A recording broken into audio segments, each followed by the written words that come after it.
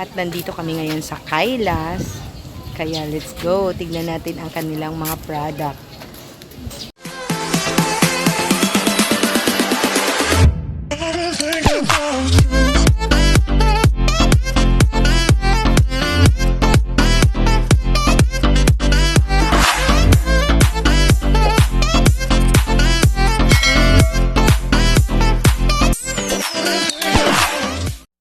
So, ayan ang kanilang mga products sa e-bike. Ayan. So, iba-iba. Tapos, meron akong netest dito na parang motor na motor siya talaga. Ito yung nagustuhan ko. Ayan. So, nasa 30 plus thousand to. And then, meron din silang kotse. Ayan.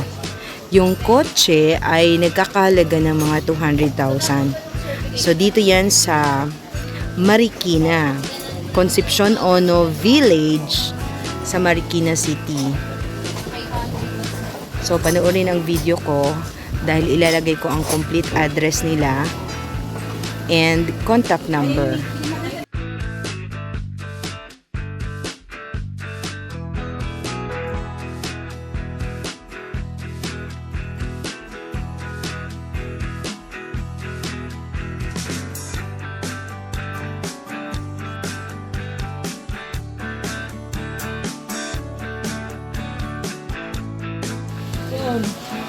Sa Facebook, ang daming mga budol ngayon. Maglalagay ng address pero pag pinuntahan mo, hindi talaga totoo na merong mga warehouse. Pero dito sa Kaila, meron talaga. Pinuntahan talaga namin dahil nakita lang namin siya sa Facebook. So, magkano yung ganito na e-bike?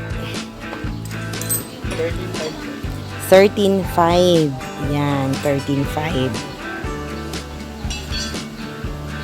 Ang daming magaganda, iba-iba ang kanyang iba-iba ang kanyang mga style. Marami kayong mapagpipilian dito sa Kailas e-bike Marikina Bodega. Ayan o. Yan ang kanilang tunay na pangalan. So ako mismo pumunta dito sa kanilang store at tiningnan ko talaga kung tunay ang kanilang mga products. At ayan naman tunay talaga. Yan. Maraming mga e-bike talaga. So, nag-iisip ako, dahil gusto ko tong parang motor ang forma. Yan. Hindi mo na kailangan magasolina kasi na siya, e-bike. Tsaka natuwa ako, nag-test drive ako kanina. Ayan. So, pwede nga pala sila sa home credit, no? Kaya lang, pag ganun ang ginamit mo as mode of payment, medyo mataas. Samantalang kung cash price ay makakatawad ka sa kanila dahil bibigyan kanila ng discount sa cash price. Pero merong shipping fee. Yan. So, sa 8th Street ng Concepcion Uno Village. Dito lamang yan sa Marikina City.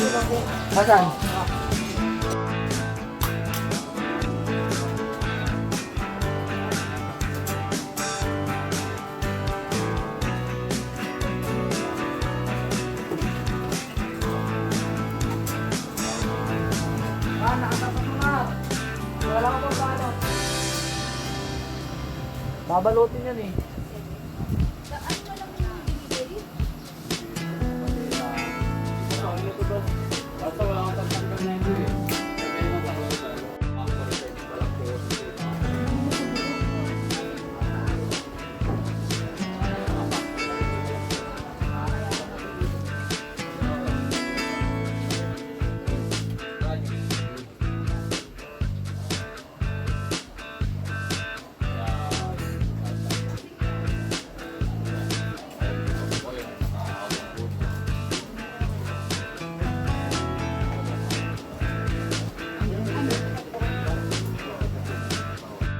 At ayan, pauwi na kami. So, nakita namin dito sa Kailas, the Marikina e-bikes and bikes bodega. So, kung gusto nyo, hanapin nyo ang Kaila na FB page nila. Tapos, pwede kayong umorder.